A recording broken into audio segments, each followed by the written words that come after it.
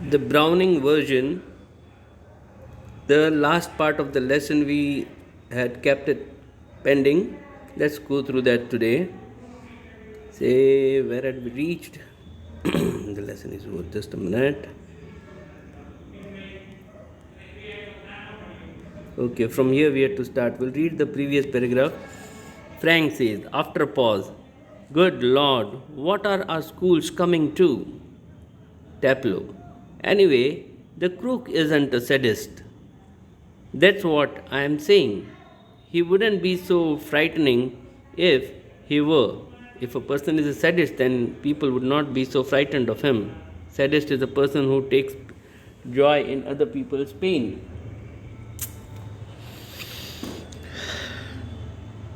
But he hasn't. He is all shriveled up inside like a nut, and he seems to hate people to like him.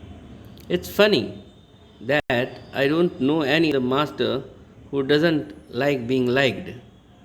So Taplow says that say he is not a sadist, but say people would not be frightened of him if he is a sadist. But because at least it would show he had some feelings. If a person, um, people are frightened of him, then say if he is frightening people, that means he has some feelings in him, but he hasn't any feelings. He is like a shriveled up inside, like a nut, and he seems to hate people to like him. If somebody likes him, he hates that. It's funny that I don't know any other master who doesn't like being liked. So he is the only master. The croc is the only master who doesn't like to be liked. And I don't know any boy who doesn't use that for his own purposes. Frank says that he is, and I don't know any boy who doesn't use that particular thing that he dislikes to be liked for their own purpose. Well, it's natural, sir, Taplow says, but not with the crook. Don't say crook, he is Mr. Crocker Harris. Mr. Crocker Harris. The funny thing is that, in spite of everything, I do rather like him, Taplow says. I can't help it. And sometimes I think he sees it. He sees that I like him. And that seems to shrivel him up even more. And that's why he tries to make himself more indifferent. I am sure you are exaggerating, Frank says. No, sir, I am not. In form, the other day, he made one of his classical jokes. Of course, nobody laughed because nobody understood it, myself included. I did not understand. Still, I knew he had meant it as funny, so I laughed.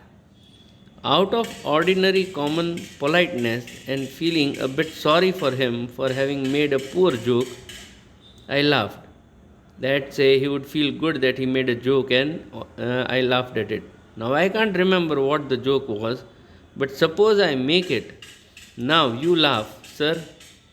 Now if I make it, then you have to laugh. And Frank laughs in a gentle, throaty voice. Taplow, you laughed at my little joke. I noticed. I must confess that I am pleased at the advance your Latin has made, since you so readily have understood what the rest of the form did not. Perhaps now you would be good enough to explain it to them, so that they too can share your pleasure.